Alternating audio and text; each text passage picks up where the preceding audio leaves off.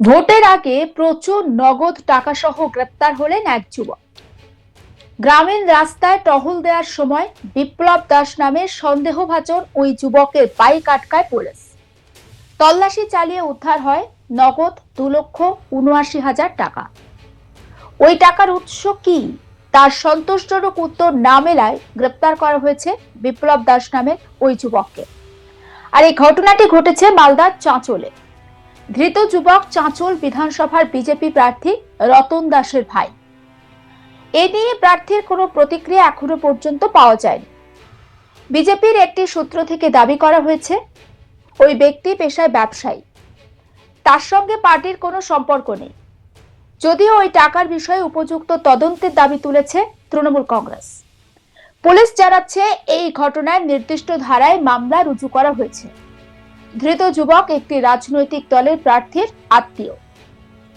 বিষয়টি নিয়ে স্বাভাবিকভাবে রাজনৈতিক চাপানুতর শুরু হয়েছে। জেলা তৃণমূলের সহ সভাপতি শুভময় বসু বলেন, এখানে কার প্রশাসন আছে? এখন পশ্চিম বাংলায় অঘোষিত রাষ্ট্রপতি শাসন চলছে। রাজ্য সরকারের কোনো নিয়ন্ত্রণ নেই। প্রশাসন সহ সমস্ত যন্ত্রকে ব্যবহার করে গোটা পশ্চিমবঙ্গ সহ মালদাতেও বিজেপি টাকা বিলির উৎসবে নেমেছে। এটা সামান্য জিনিস ধরা পড়ল। আমরা প্রশাসনকে বলবো, যদি আপনারা সৎ থাকেন, নিরপেক্ষ নির্বাচন চান, তাহলে আপনারা রেড করুন। বিজেপি এখানে কোটি কোটি টাকা ছড়িয়ে মানুষের ভোট কেনার চেষ্টা করছে। আর বিজেপিরও জেনে রাখা উচিত, যতই তারা টাকা ছড়াক, পশ্চিমবঙ্গের মানুষ দিল্লির জমিদারদের কাছে মাথা নত করবে না। মমতা ব্যানার্জিকে তারা আবার ফেরাবে। শোনাবো তৃণমূলের সহ সভাপতি শুভময় বসু ঠিক কি বলছেন তার বক্তব্য। এখানে প্রশাসনটা কার? এখন পশ্চিমবঙ্গে তো অঘোষিত রাষ্ট্রপতি শাসন চলছে। কোনো রাজ্য সরকারের তো কোথাও কোনো নিয়ন্ত্রণ নেই। বিজেপি প্রশাসন যন্ত্রকে এবং সমস্ত যন্ত্রকে ব্যবহার করে গোটা পশ্চিমবঙ্গ শহর মালদা জেলায় টাকা বিলির উৎসবে নেমেছে। ওদের এত টাকা এত টাকা এত টাকা। তবে এটা শুধু একটা হোম মিশেলের একটা সামান্য জিনিস ধরা পড়লো। আমি প্রশাসনকে বলবো, যদি সৎ আপনারা থাকেন, নিরপেক্ষ নির্বাচন চান, আপনারা রেড করুন। বিজেপি এখানে কোটি কোটি টাকা ছড়িয়ে মানুষের ভোট কেনার চেষ্টা করছে। আর বিজেপিও জেনে রাখুক, যতই টাকা ছেড়াক, পশ্চিমবাংলার মানুষ দিল্লির জমিদারদের কাছে মাথা বিক্রি করবে না। মমতা বন্দ্যোপাধ্যায়কে আবার ফেরাবে।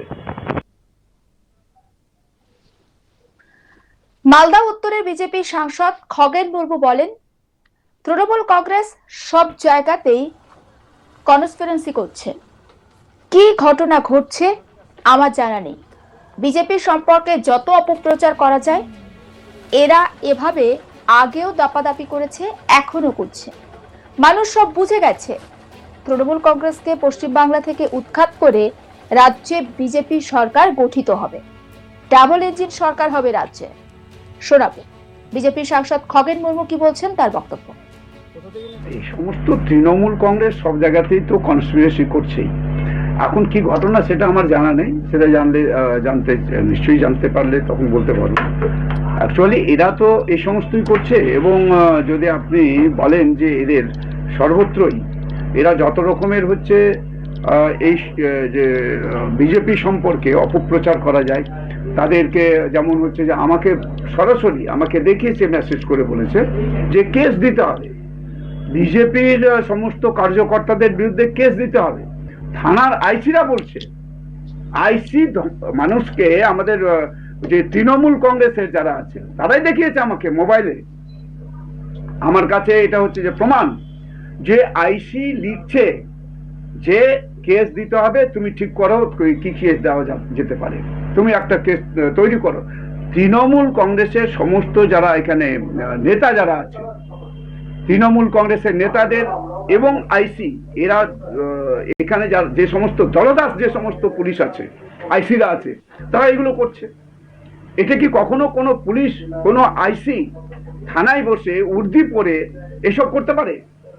এইগুলো সমস্ত হচ্ছে তৃণমূল কংগ্রেস এখন তার পায়ের তলার মাটি চলে গেছে। তৃণমূল কংগ্রেস তো চলেই গেছে, এখন শেষের দিকে মরে যখন মরে যায় তখন কি করে ধরে যে কোনো ভাবেই হোক, যার একটা লোক যখন জলে ডুবে যায় তখন যা পাবে সামনে সেটাই ধরে হচ্ছে সে আঁকড়ে ধরার চেষ্টা করবে, বাঁচবার চেষ্টা করবে। এরা চেষ্টা করছে, এরা শেষ কামড় দেওয়ার চেষ্টা করছে, এতে কোনো লাভ হবে না। তৃণমূল কংগ্রেস চলে গেছে, বিজেপি এসেই গেছে, শুধু সময়ের অপেক্ষা।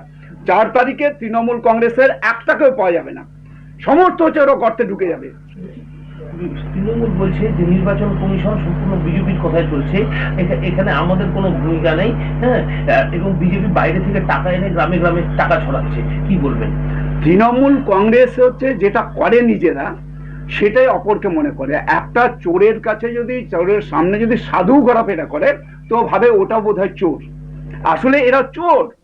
এরা কি বাকি রেখেছে? পশ্চিম বাংলার সব কিছু এরা খেয়ে নিয়েছে, মানে গরু চুরি, কাঠ চুরি, পাথর চুরি, বালি চুরি, চাকরি চুরি, কোনটা বাকি আছে এদের? এদের পায়খানা চুরি, পায়খানাটাও খেয়ে নিয়েছে এরা।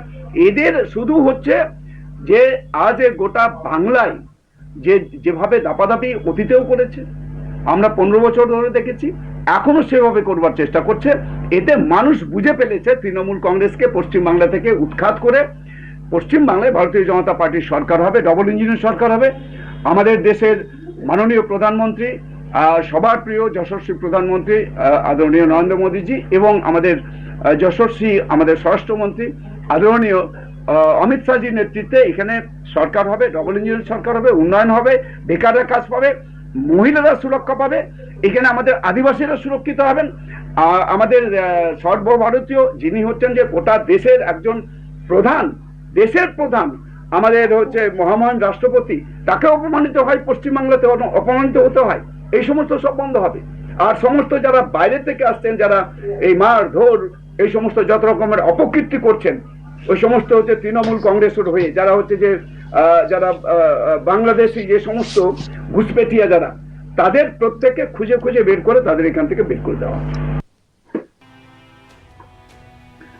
ভোটের আগে বিভিন্ন জায়গায় নাকা চেকিং চলছে, আর সেই নাকা চেকিং এ এবার প্রচুর টাকা উদ্ধার হয়েছে, নগদ টাকা উদ্ধার হয়েছে। এক যুবক গ্রেপ্তার হয়েছেন। গ্রামীণ রাস্তায় টহল দেওয়ার সময় বিপ্লব দাস নামের সন্দেহভাজন এক যুবককে আটকায় পুলিশ। তার বাইক সহ তাকে আটকায় এবং তল্লাশি চালিয়ে সেই বাইক থেকে উদ্ধার হয়েছে নগদ 2,79,000 টাকা। এত টাকা কোথা থেকে আসলো? ওই যুবক কিভাবে এই টাকা পেলেন? এই টাকার উৎস কি? এই ধরনের একাধিক প্রশ্নের কোনো সদুত্তর ছিল না ওই যুবকের কাছে, আর তার জন্য বিপ্লব দাস নামে ওই যুবককে গ্রেপ্তার করেছে পুলিশ। মালদার চাঁচলের ঘটনা এটি। জানা যাচ্ছে ওই ধৃত যুবক ওখানকার বিজেপি প্রার্থী রতন দাসের ভাই। স্বাভাবিকভাবে এই বিষয়টা নিয়ে রাজনৈতিক চাপানুতর শুরু হচ্ছে। সমস্ত আপডেট পৌঁছে দেবো আপনাদের কাছে। নজর রাখুন আজ তাক বাংলা। সাবস্ক্রাইব করতে ভুলবেন না।